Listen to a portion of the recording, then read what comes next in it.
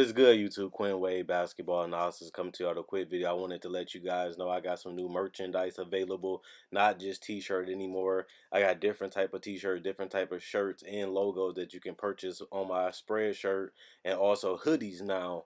We have expanded and added more to the channel and more merchandise for the brand. Thanks for supporting. It will be in the description and the links will be in the comment section below. Thanks for helping me and supporting the movement. Quinn Wade Basketball Analysis. I'm going to check out the video. What is good, YouTube? Quinn Wade Basketball Analysis coming to y'all with another video. Today we're going to have a quick video about Nikola Jokic, a guy that everybody's talking about. He's a headline. He's a superstar right now.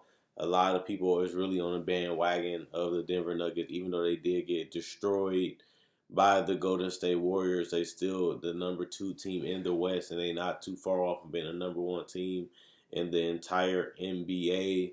And I just wanted to talk of. I was one of the first people to say you have to put Nikola Jokic in the MVP conversation.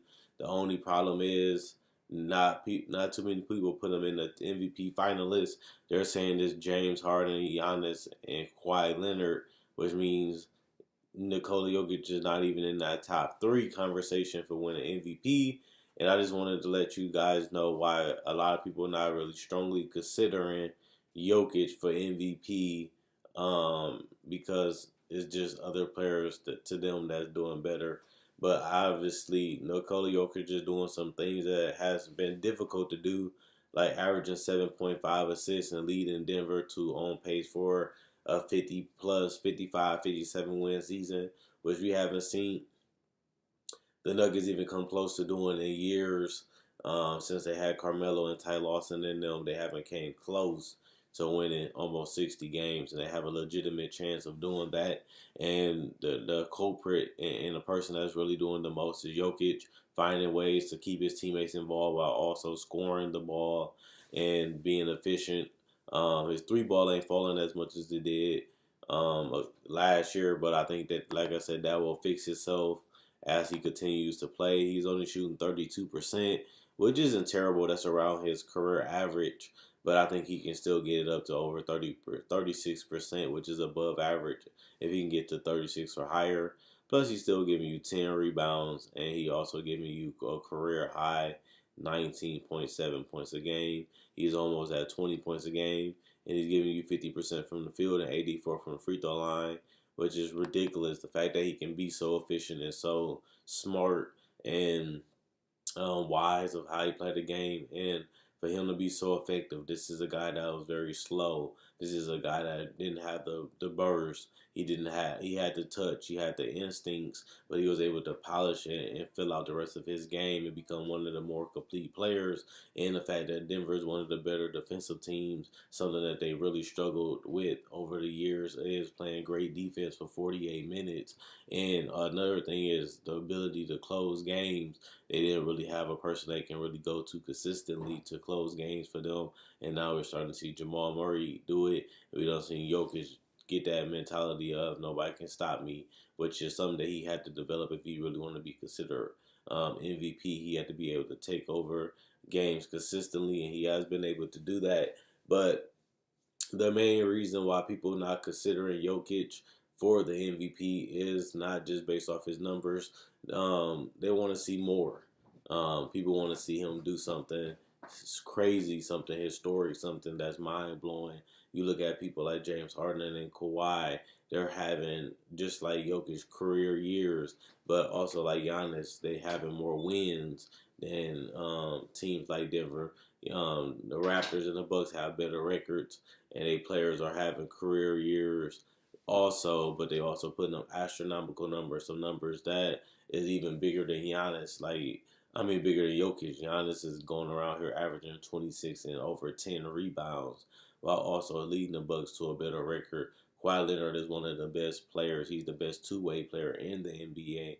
The fact that he plays so hard and so elite on defense makes it hard to guard, makes him hard to pass up. But the fact that he's also efficient, dominating offensively, giving you a career high 27 points, shooting 50% from the field, sniping from the 3-point line, sniping from the free throw line. It's just players out here that's just having all around great season also, and Jokic has to do something that can get the attention back on him. And that 40-point triple double was one of the things that can get him a lot of attention. Um, and like I said, also James Harden, him averaging a career high in points. The last person to average 35 points a game was Kobe Bryant, and that was over 10 years ago. And James Harden has a chance to do that, and that's a feat that hasn't happened in 10 years. So it's something fresh, it's something new. It gives people something to talk about. It gives some people something to be like, wow, that's crazy, it's amazing. And that gets attention to James Harden because people want to see what he's going to do next. People want to see if he can continue to do it. So he takes the headlines. People have been talking about James Harden for the last 2 months, and it's because he's doing something that we haven't seen. And that was 17 straight 30-point games plus. So he was able to do that, and that was something fresh. It was something new, something that never been done before. And people were starting to put him over Nikola Jokic. And now some people feel like James Harden is the MVP. And I said the same thing about Kevin Durant. I had Kevin Durant in my top 5 MVP voting, as you guys seen when I dropped a video 2 weeks ago. I had Kevin Durant in the top 5, but the fact that Kevin Durant is having a Kevin Durant season, he's not putting up crazy numbers. He's not putting up something that he's never done before. People do tend to take it for granted, but at the same time, it's a new player, new year. Somebody can break out, somebody can do better, and Kevin Durant hasn't really done that yet. So he ended up losing that spot. He could have got another MVP just based off his numbers, but so many people having better seasons than Kevin Durant right now, and that's why he lost the conversation, is because he's having a KD season, but he's not doing nothing crazy like when he won MVP, averaging a career out 32, 7, and 5, and almost 50, 40, and 90 that year.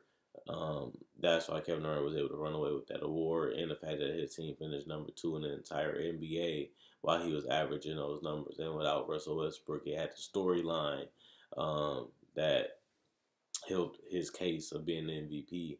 And I feel like Jokic, even though the team was beat up, toe up, and they were still able to win, Jokic hasn't done nothing really crazy outside of averaging 7 assists.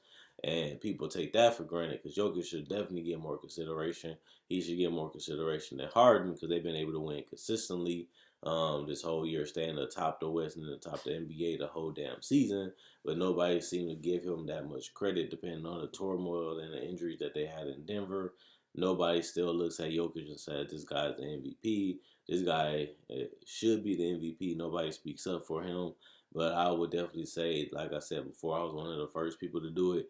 Jokic should definitely be in consideration for MVP, especially if he continues to play the way he's been playing these last couple months. Jokic, he might not win it, but this this month of January, the guy is averaging 26 points a game, 53 from the field, 36 from 3, 83 from the free throw line, 11 rebounds, 8 assists, and 1 block. Those are MVP type numbers, and if he can continue to do that for the rest of the year in the last couple months of the season, I don't see why he can't help increase his odds of winning MVP. And on top of that, you got to put in consideration that those are career high numbers, and if he can continue down that road and continue to win, Jokic might thrust himself even closer to winning his first MVP. But the sad part about it is he had an okay November, averaging 14 points, and he had a decent October. He has to be more dominant and has to be more controlling and really has to demand and ask for the ball if he really wants to go out there and win the MVP. He has to do more, and he has to do it consistently, and he has to continue to dominate the game and show people that nobody can guard him, nobody can stop him, and he can do whatever the fuck he want to do when it comes to this basketball game. And I feel like he's been doing that more these last 2 months, but that November hurts his stats and it hurts his case, but especially compared to Giannis and Kawhi Leonard, who has been some of the more consistent players. But the fact that Giannis was able to win with a lot of his starters being out, he's been able to close games better this year. He's been able to take over games more consistently this year. I think that Jokic has a valid case for moving up to #4, but I still think he can move up to that top 3 and have a chance to win the MVP if he continues the way he playing in December and January. and closes out the rest of this month doing so. I think that he can pass up Kawhi, Giannis, or James Harden if he can continue to put up, 26 and 11 and 8. So nobody has done that before. So we'll definitely see if he can be able to be the first person to do something like that. And he's on the verge of doing it, but he has to do it consistently for the next couple months, and they have to still be able to win basically like they've been doing all season. And maybe he can win the MVP. But as of right now, I still have Harden, Kawhi, and Giannis in my top three, and I had to put Kawhi number one, James Harden number two, Giannis number three.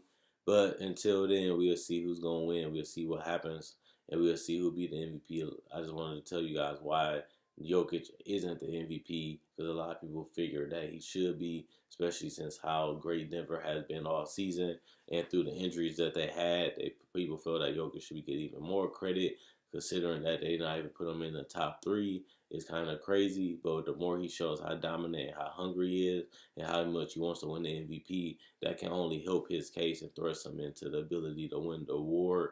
But we have to see more of the December and January Jokic more for the rest of the year if he really wants to have a legitimate chance of winning it. Quinn Wade, Basketball Analysis, I'm going. Check out my website, analysisplayground.com. Link in the description, comment section below. Check out my Facebook page, analysisplayground.com. Link will be in the description, the comment section below. Like on Facebook to show support. Thank you for supporting the channel. Thanks for liking on Facebook. Thanks for buying merchandise. And also, thanks for subscribing. Check out my older videos. If you like this video, I do discussion videos. I do trade deadline videos. I do free agency. I do NBA draft. I do NBA breakdowns on players, and I break down actual footage and show you what they can do to improve or what they do and show you their game. I do all things NBA. I try to do a 365 and not miss a day. I enjoy making these videos. You guys enjoy watching. That's why I continue to go. Quinn Wade, Basketball Analysis, I'm going. Let me know what you guys think about Jokic winning MVP.